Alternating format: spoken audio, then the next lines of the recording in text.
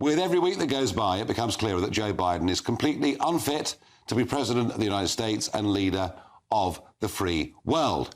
I called him an old duffer from the day he was elected, but he gets worse and worse and becomes more and more embarrassing. And is it any wonder that his personal approval ratings as president are consistently sliding?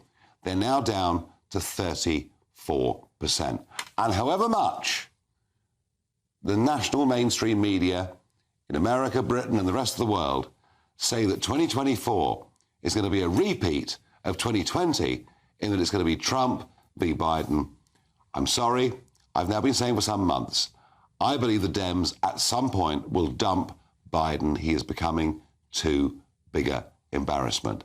He's down to 34%. And in some of the key swing states, Trump now has leads of 6, 7, and 8%.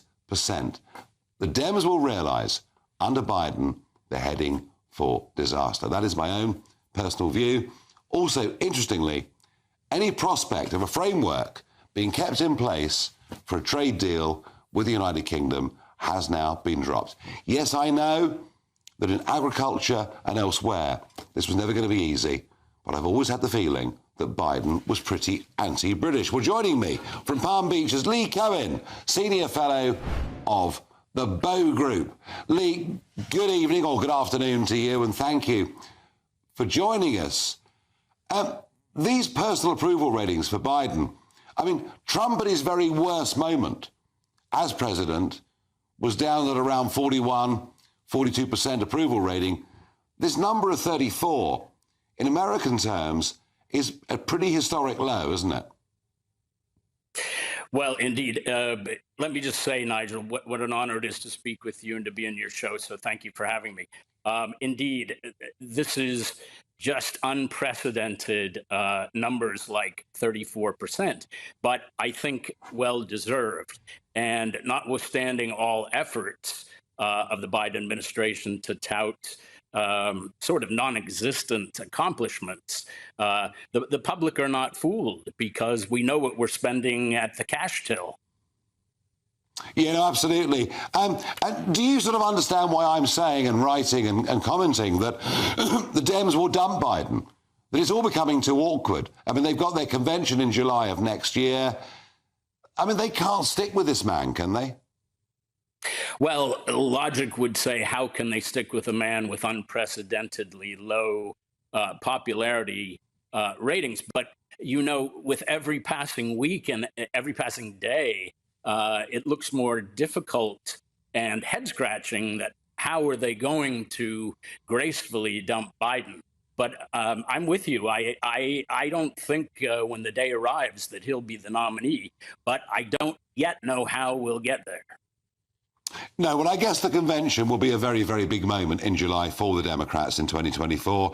And who knows, maybe it's going to be the governor of California. Maybe he stays. I just can't see it. Now, Lee, well, I've got you. Obviously, Brexit Britain able to make its own trade deals. The economic relationship between our two countries huge. America is the biggest foreign investor in the United Kingdom.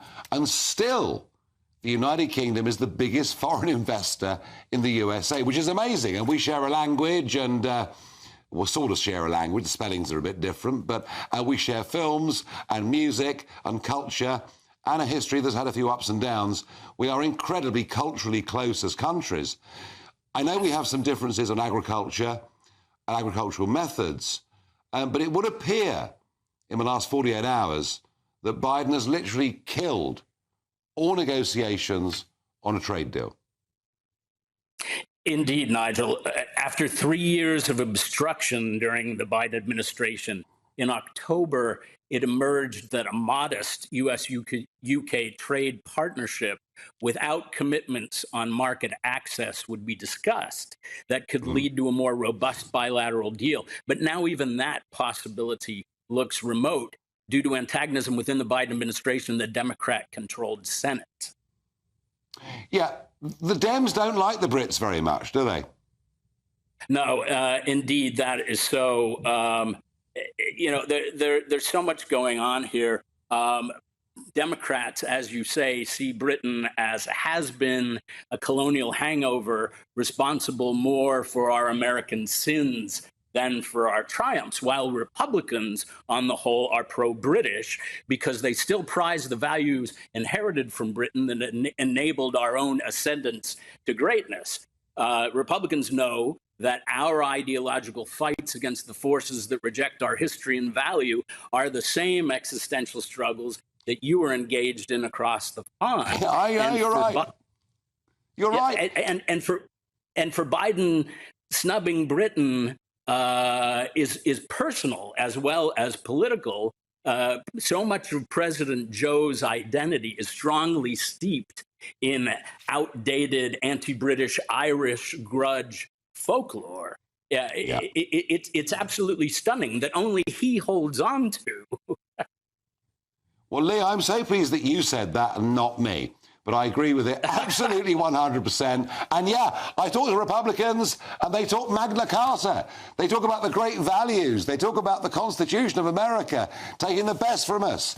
And the Dems never do so. Lee Cohen, thank you very much indeed for joining me tonight on GB News. An absolute pleasure. But what